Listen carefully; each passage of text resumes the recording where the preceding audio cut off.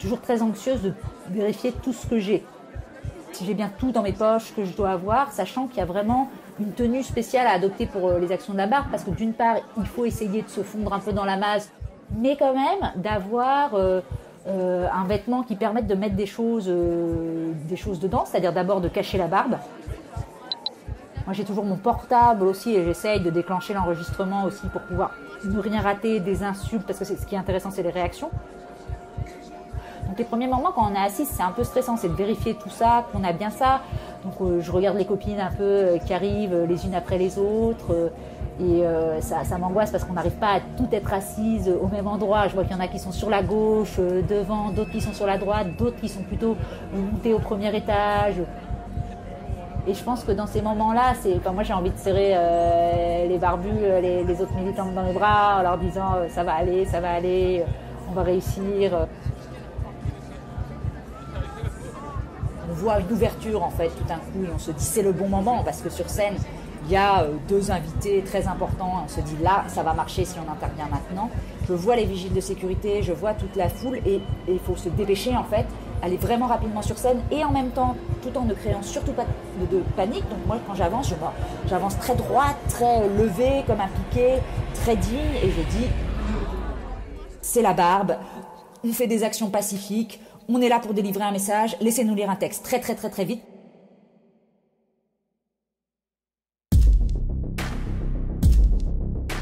Ici Equal Measures 2030, je suis Sarah Colli et vous écoutez Do Girls and Women Count?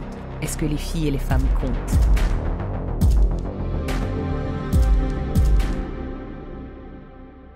À Equal Measures 2030, nous connectons les données et les preuves au plaidoyer et à l'action en faveur de l'égalité des genres pour briser le patriarcat et transformer la vie des filles et des femmes. Dans chaque épisode de cette série, nous discuterons avec des féministes du monde entier, aussi incroyables les unes que les autres. Elles nous parleront de leur parcours personnel à travers les inégalités et de leur mission de vie pour un monde plus juste. L'invitée de cet épisode est Alice Coffin, féministe, journaliste et politicienne française, connue pour son franc-parler et son approche radicale du militantisme féministe. Depuis de nombreuses années, Alice fait partie de La Barbe, un collectif féministe qui dénonce l'entre-soi masculin en France à travers des actions coup de poing, notamment lors d'assemblées composées majoritairement d'hommes. Le 25 avril 2019, Alice participe à une action de La Barbe au Cirque d'Hiver, un théâtre à Paris, lors d'une soirée organisée par le magazine français conservateur et de droite radicale, Valeurs Actuelles. Est-ce que vous pourriez nous dire rétrospectivement quels ont été selon vous les ressorts de ce moment ?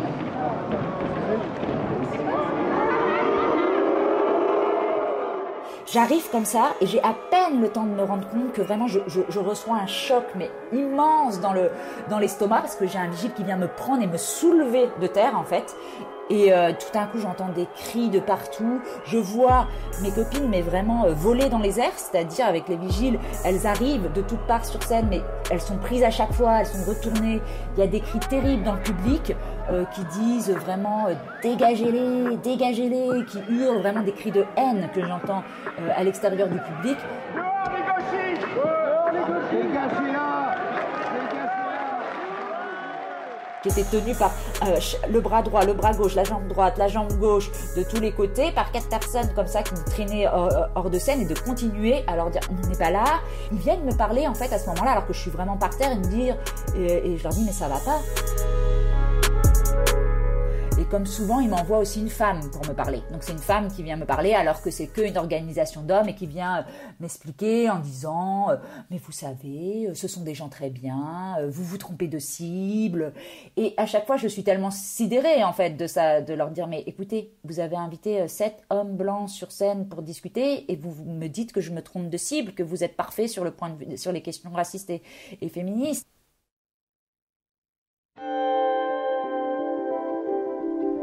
Née à Toulouse, à la fin des années 70, Alice a grandi dans le 12e arrondissement de Paris dans les années 80, dans une grande famille aimante et très dynamique. elle raconte une enfance idyllique.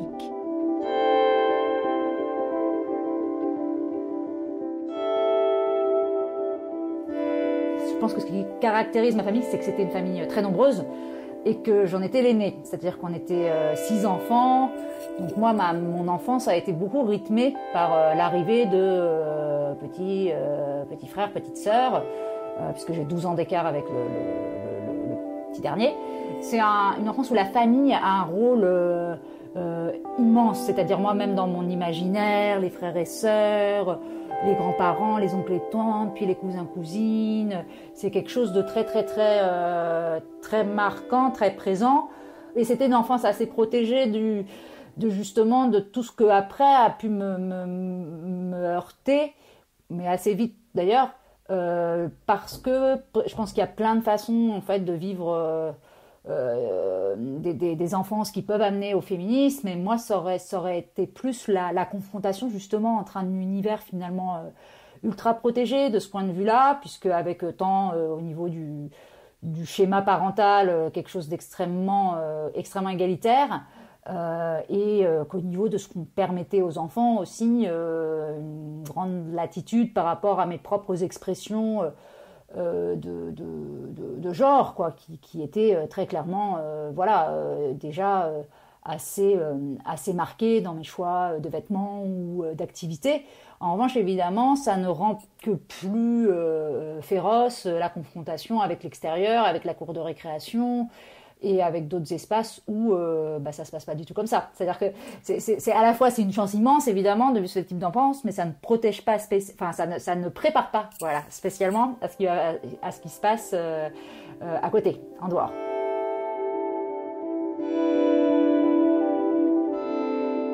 C'est au lycée qu'elle se découvre féministe en lisant des récits sur les luttes du mouvement de libération des femmes en France. Elles avaient l'air de tellement rire, tellement mettre la pagaille partout, que c'est d'abord comme ça, c'est-à-dire comme si je me reconnaissais là-dedans. Vraiment, je crois que c'est la première projection où je me suis dit oh, « ça, je veux faire ça, je veux être activiste féministe, c'est le rêve absolu ». Et après, en fait, c'est venu plus tard, le côté plus colère et rage face à la situation du monde, dont j'avais pas nécessairement conscience avant, c'est-à-dire, ou en tout cas certainement pas en des termes que j'aurais nommés féministes. Néanmoins, je pense que ça s'inscrit quand même dans quelque chose d'un peu plus... le moment où je peux le découvrir, de toute façon, ça vient s'inscrire sur un terreau quand même très fertile de ce point de vue-là, parce qu'enfant, je me suis quand même énormément confrontée à ça, à ce que moi j'avais l'impression d'être des limitations de mon genre. Et c'est dire, parce que c'est dire que on peut avoir, même justement dans un contexte aimant, soutenant, soudé familialement, on me laisse faire à peu près ce que je voulais. Moi-même, j'avais tellement parfois je pense que j'avais des chagrins, des malheurs d'être moi dans une position de fille, et sans du tout être capable en revanche de les articuler. Je dirais aussi que j'ai vraiment bien compris le féminisme quand je me suis comprise lesbienne, parce que c'est vraiment le fait de pouvoir ensuite me dire « Ah non, mais évidemment, t'avais aucune chance, mais aucune chance à pouvoir incarner d'être une fille ou t'imaginer en femme. S'il fallait marcher avec la démarche qu'avaient les actrices de cinéma, s'il fallait avoir leur coiffure de tous les modèles présentés, oui, ça me plaisait pas du tout. Alors que si on m'avait présenté des modèles de filles beaucoup plus comme moi, là j'aurais eu beaucoup moins de problèmes d'identification de genre, et je me serais dit ah ouais, elle est cool, bon moi aussi je vais être comme ça. Et le problème, c'est que le spectre de ce qu'on me proposait comme modèle de féminité était quand même très restreint, donc du coup en tout cas moi je n'y trouvais pas mon compte. Donc après c'est ça que ça permet de revisiter ensuite et de mieux se comprendre quand on accède un peu plus tard à ces représentations-là.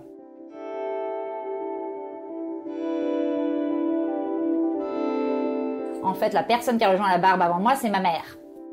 Donc ma mère elle était barbue avant moi. Donc il y avait d'autres couples mère-fille au sein de la barbe. Il y avait au moins 2 autres qui étaient comme ça. Mais c'est tout à fait, j'allais dire, ma mère, je pense que je la reconnaissais en tant que mère de 6 enfants, très hyperactive et tout le temps dans l'organisation, dans le truc. Donc je pense que les qualités qu'elle avait développées pour ça se prêtaient bien à l'organisation d'action, en fait. Et je crois que elle, c'est ce qui lui plaisait, c'est que elle n'était pas spécialement hyper calée en théorie féministe, ni rien du tout. Et c'est tout le but de la Barbe, en fait, où il y a souvent des écarts générationnels et tout, c'est que on peut vraiment venir à la Barbe sans, il y a un modus operandi très clair. Et l'essentiel, c'est de pas avoir trop peur, en tout cas, et d'aimer plus l'action finalement que la théorisation.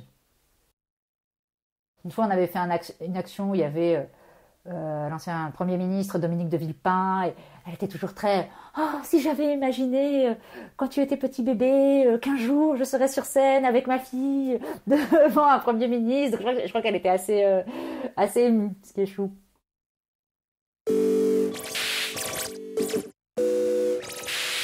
C'est au Centre de formation des journalistes à Paris qu'Alice s'est formée en 2002.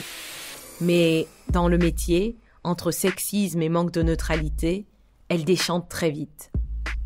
C'est justement ce qui l'a conduit, quelques années plus tard, à se spécialiser en tant que journaliste média pour décrypter le traitement de l'information.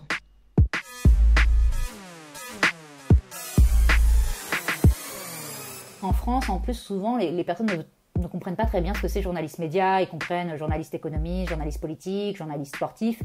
Mais médias, qui est pourtant juste le fait d'aller enquêter, faire des reportages, des analyses sur d'autres journalistes, sur le monde des médias.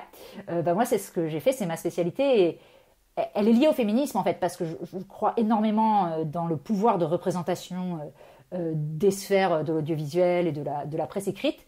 J'ai fait des grosses enquêtes qui étaient financées plutôt par des fondations ou autres sur les représentations médiatiques des minorités. Par exemple, j'ai fait une grosse enquête sur la façon dont le football dit féminin était traité dans la presse écrite, en observant pendant un mois comment ça se passait. Le résultat, c'est que dans 98% des cas, quand on parle de foot masculin, sans grande surprise, mais c'était intéressant de le voir détaillé, toujours pour les statistiques.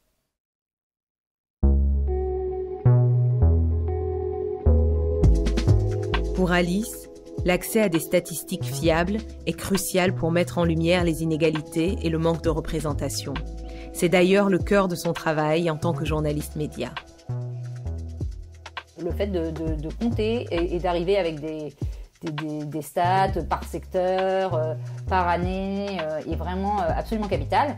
Moi, je crois beaucoup à la comptabilité, aux statistiques, aux data sur ces questions-là, parce que sinon, les personnes n'y croient pas, en fait. Ensuite, je pense qu'il faut être justement capable, pas seulement de le dire nous en tant que militante, mais de faire que cette comptabilité et faire que ça devienne une information. Par exemple, l'entre-soi des réalisateurs qui sont sélectionnés au Festival de Cannes.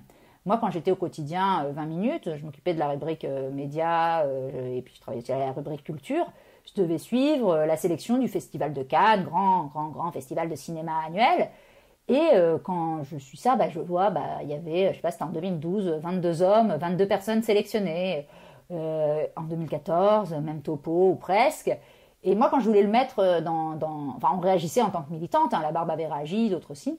Mais quand je voulais le mettre dans des articles en tant que journaliste, dire, le Festival de Cannes n'a sélectionné que des hommes, ce qui est typique d'un entre-soi, on me disait, ah mais non, mais pas du tout, c'est complètement hors sujet, c'est du militantisme, c'est pas du tout une information. Or, désormais, l'agence France Presse, mais donc je dis ça parce que c'est le plus représentatif, l'AFP, mais d'autres aussi, évidemment, scrutent à chaque sélection le nombre d'hommes et de femmes sélectionnés, scrutent ça au César, scrutent ça aux Oscars. C'est devenu une information. Donc c'est important de comprendre que l'information, l'actualité, elle n'est pas figée en soi, justement. C'est pas quelque chose de neutre, c'est pas quelque chose qui existe, que tiens, on va chercher, aujourd'hui c'est sûr, c'est ça l'information. C'est quelque chose qui est complètement décidé.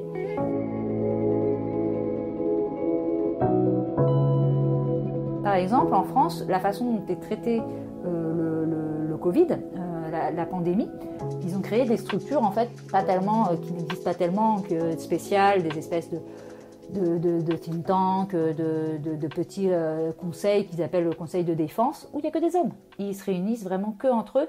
Et là, il y avait des études sur justement la façon dont les médias aussi parlaient de tout ça, et c'est frappant. C'est-à-dire que les statistiques sont vraiment inverses entre les personnes qui sont directement en prise avec le Covid, notamment je pense aux infirmières, aux aides-soignantes, aux caissières qui sont obligées de travailler, et puis ceux qui prennent les décisions ou qu'on interroge dans les journaux pour nous raconter le monde d'après. Il y avait eu un quotidien français, Le Parisien, qui avait dit « Il nous raconte le monde d'après ».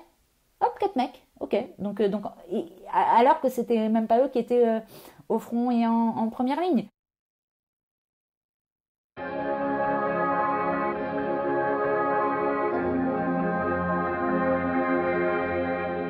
En 2013, Alice Coffin cofonde et est élue coprésidente de l'Association des journalistes LGBT. En 2017, l'association lance la première cérémonie des Outdoors, un événement qui récompense les initiatives médiatiques permettant la visibilité des problématiques LGBT. On parlait de statistiques tout à l'heure. Une des statistiques qui m'a intéressée après, c'est de voir que dans les parlements du monde entier, où il y a des parlementaires qui sont des gays, lesbiennes, trans, out, explicitement, dans ceux qui en ont, il y en a où il n'y en a pas du tout, la France arrivait en dernière position en fin 2016, c'est-à-dire derrière plein d'autres pays. Donc il y a vraiment un problème là-dessus en France, on a un gros problème et parfois on en rigole parce que souvent en plus plein de gens sont au courant que tel animateur est gay et tout ça, et bon... et juste il ne veut pas le dire publiquement. Donc nous, à force d'essayer, et franchement moi j'ai essayé, ça donnait des scènes hyper cocasses. Parfois j'allais voir des gens, parce qu'en tant que journaliste je les voyais dans les soirées des chaînes de télévision, et puis je leur disais, et je ne pouvais pas leur dire bon t'es gay, vas-y, on le sait, dis-le. Non, c'était un peu plus subtil. Je disais, nous avons écrit une tribune dans Le Monde qui s'appelait le Sortons du placard, est-ce que ça vous intéresserait de la signer? Et la personne elle faisait par quoi moi qu'est-ce qu'il y a? C'était semblant de pas comprendre. Et le nombre de lettres que j'ai écrites pour leur demander de venir, aucune personnalité, zéro coming out. Une fois qu'on a fait ça, c'était en 2013 et tout ça, on a vraiment réfléchi et on a abouti en 2017 à la création de la première cérémonie de visibilité des LGBT, en disant en fait ils ont besoin d'un coup de main. Et peut-être que ça va aider certaines si on valorise celles et ceux qui sont déjà out ou les journalistes qui parlent correctement de ces questions.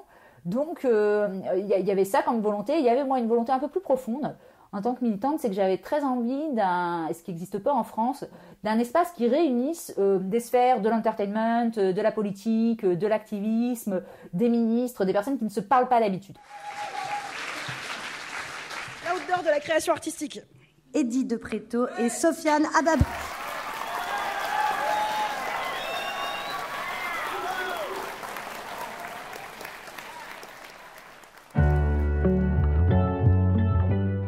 Moi, les Outdoors, il y a eu vraiment beaucoup de moments très émouvants, mais je pense que le plus émouvant, ça a été vraiment l'ouverture de la première cérémonie. J'ai prononcé la phrase justement que c'était grâce à tous les militants et les militantes qui avant nous avaient ouvert ce chemin-là de la question de la visibilité, qui avaient payé mais un tribut terrible en termes de précarisation et tout pour qu'on en arrive là, et que maintenant la moindre des choses c'est que les personnalités pouvaient essayer aussi un peu de faire leur part du boulot, et certains de ces militants et de ces militantes étaient dans la salle, et donc les voir aussi sourire, c'était vraiment particulièrement émouvant. Alice décrit sa carrière comme une pyramide à 3 pointes, militantisme, journalisme et politique. En 2020, elle est élue conseillère municipale des Verts d'Europe Écologie à Paris. Elle s'occupe aussi de l'égalité des genres et de la lutte contre les discriminations dans le 12e arrondissement de Paris, où elle a grandi. Quelques jours seulement après son élection, certains de ses nouveaux collègues publie un communiqué de presse demandant son exclusion.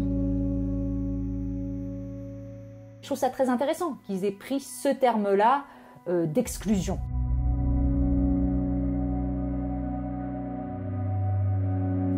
Et ça, symboliquement, c'est très très fort en fait comme vocabulaire. Et ils s'en sont même pas rendus compte, je pense, mais c'était vraiment très fort. Et de même, ce qu'ils disent le plus volontiers, mes adversaires, c'est que, ok, je suis élu, ça, ils peuvent pas, c'est le suffrage universel, ils peuvent plus dire grand-chose. Mais comment ils font alors? Ils disent tout le temps, vous ne vous comportez pas comme une élue, vous vous comportez comme une activiste.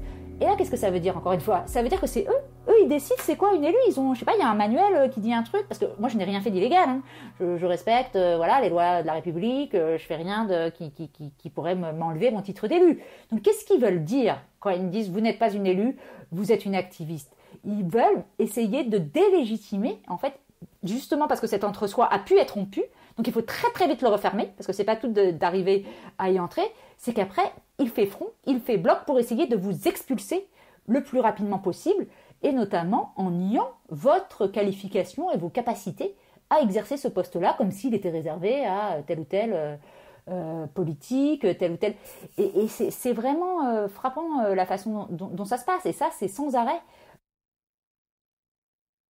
Mais c'était la même chose en journalisme, c'est-à-dire qu'on me disait toujours quand j'étais journaliste, tu n'es pas journaliste, tu es militante.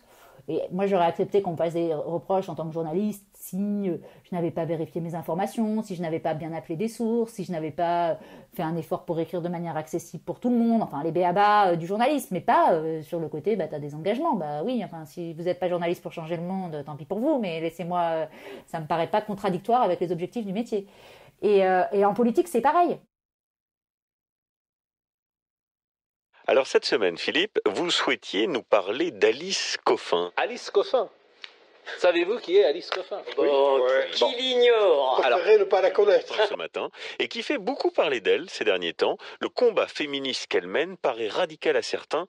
voilà ce que déclare Alice Coffin, qui est élue de la République. Il ne suffit pas de nous entraîner, il faut à notre tour les éliminer. Elle parle des hommes, les éliminer.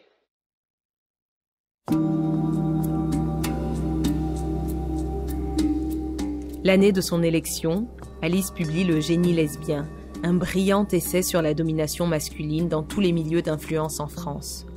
Ce livre a fait des remous dans la presse et dans les milieux politiques et a même entraîné son licenciement d'un poste d'enseignante à l'Institut catholique à Paris. J'étais la cible de cyberharcèlement ou de violence, quoi, en tant que militante, quand même. Mais là, ça a complètement changé ces derniers mois, à la fois consécutivement à mon élection et aussi à la publication du génie lesbien. Et enfin, je devrais dire plutôt à la façon dont certains journalistes, certains médias ont jeté en pâture certains passages tronqués et déformés du livre pour provoquer beaucoup d'attaques, de violences en expliquant que je voulais supprimer tous les hommes, en racontant n'importe quoi. J'avais rendez-vous justement aujourd'hui avec ma médecin généraliste qui était assez inquiète, qui voulait m'arrêter, tout ça. Et elle me dit, bon, vous allez calmer, là vous vous arrêtez un peu, faites une pause et tout, et après, comment vous... Et je lui dis, mais non, mais c'est compliqué en fait, parce que je pense qu'en tant que féministe dans le monde politique, le clash est évident. En fait, c'est des cultures tellement différentes. La politique est tellement un milieu qui a été construit par et pour les hommes que si vous arrivez en ne renonçant à rien, je veux dire, parce que c'est vrai que moi, j'y vais de manière assez trash, quoi. Enfin, c'est dans un féminisme très radical, importé en politique, et donc ça cogne forcément. Donc ce matin, j'ai décidé de fermer mon compte parce qu'il y avait tellement, de le désactiver. Mais là, j'avais vraiment une crise d'angoisse. C'est-à-dire que, voilà, là, et ma médecin, elle m'a prescrit des médicaments, et c'était vraiment un truc d'angoisse profond, et qui m'arrive vraiment pas souvent. Enfin, je veux dire, voilà, je suis pas soumise de trop d'anxiété, mais parce que c'était tellement n'importe quoi. Et finalement, moi, j'ai moins peur, j'ai pas du tout peur en Action de la Barbe. C'est pas un truc, enfin, je veux dire, j'ai le trac, j'ai le corps serré, mais je n'hésite pas à y aller, c'est vraiment... Les trucs de la virtualité, des réseaux sociaux créent quelque chose de un peu différent parce que c'est très abstrait en fait. Il y a personne en face pour pouvoir dire ça, donc ça peut partir n'importe comment. Donc c'est beaucoup plus compliqué en fait.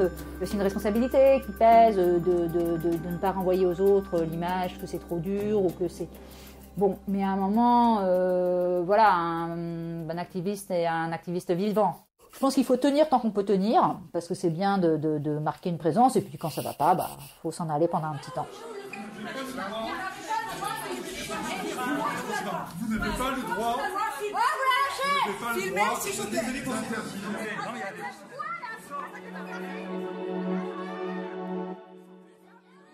De tout son engagement féministe, Alice reconnaît que ce sont les actions de la Barbe qui ont l'effet le plus viscéral et immédiat.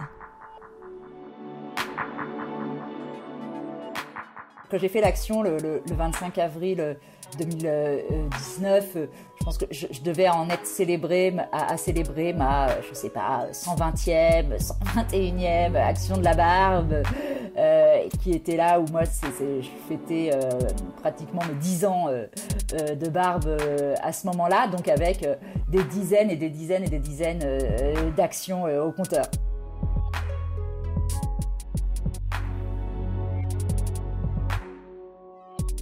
C'est le fait de faire surgir de l'inattendu sur un décor ritualisé, sur quelque chose qui devrait toujours se passer de la même manière, qui se passe de la même manière depuis des siècles et des siècles, sans être mis en cause, dans un format de domination, que personne ne vient perturber. Quand tout d'un coup vous surgissez sur la scène où personne ne vous attend, là, ça craquelle en fait l'espèce de vernis sur lequel tout cela repose. Et tout cela qui n'est que du théâtre, en l'occurrence du théâtre du patriarcat, d'une mise en scène comme ça, des grands messieurs entre eux. Et ça, pour moi, c'est la magie d'une action de la barbe, dans le sens la magie triste, hein, mais de révéler en fait ce qui se passe. Ça raconte vraiment comme un instantané, un condensé des mécanismes du patriarcat, rien qu'en une action. Et c'est ce que je trouve assez magique. Moi, les meilleurs moments finalement des actions de la barbe, c'est les sourires des autres, c'est les sourires qu'on s'envoie quand on est sur scène, c'est la peur pour l'autre, c'est le fait d'être ensemble, d'y arriver, de soutenir celle qui va parler. C'est-à-dire que dans un crew qui va faire une action de la barbe, la sororité, elle est totale et ça serait absolument pas possible sans ça. À travers ses lectures et ses rencontres, Alice a été inspirée par de nombreuses femmes. Chacune a posé des actions fortes qui ont façonné et façonnent encore l'engagement de futures générations de féministes. Moi, je continue à être extrêmement inspirée par de nombreuses femmes et encore une fois, pas nécessairement que sous la trace écrite. Je veux dire, c'est vraiment ce que va faire une Megan Rapinoe quand elle gagne la Coupe du Monde de foot et qu'elle a en même temps un discours extrêmement politique quand on lui tend un micro. It's like I'm privileged to be a famous person and to be on this team and to be who I am, and if I just stay silent, it seems awfully selfish. Pour moi, elle est en train de faire une œuvre là. C'est une œuvre vraiment à part entière. Donc c'est intéressant ce que fait Denise Ho, qui est une chanteuse pop lesbienne et figure de proue de la lutte, qui est, je pense, une des luttes les plus importantes de Hong Kong en ce moment dans le monde contemporain. Ce qu'elle fait, c'est une œuvre. Pour moi, c'est une inspiration majeure dans la façon de se positionner, d'aller parler à l'ONU, de transmettre des messages. Ce que fait Alexandria Ocasio-Cortez dans ses stories Instagram. Justice is not a concept we read about in a book. Justice is about the water we drink. Justice is about the air we breathe. Justice is about how much ladies get paid. C'est de l'œuvre, c'est de l'inspiration quotidienne dans la façon de comprendre comment faire passer un message, quoi dire. Donc moi, ce que je trouve un peu en plus génial, c'est que j'ai l'impression qu'il y a encore plus de sources d'inspiration en tout cas certainement que quand moi j'avais 15 ans, et que ça n'arrête pas, hein, et qu'elles sont de plus en plus jeunes, de plus en plus, et de manière assez, vraiment éblouissante, quoi.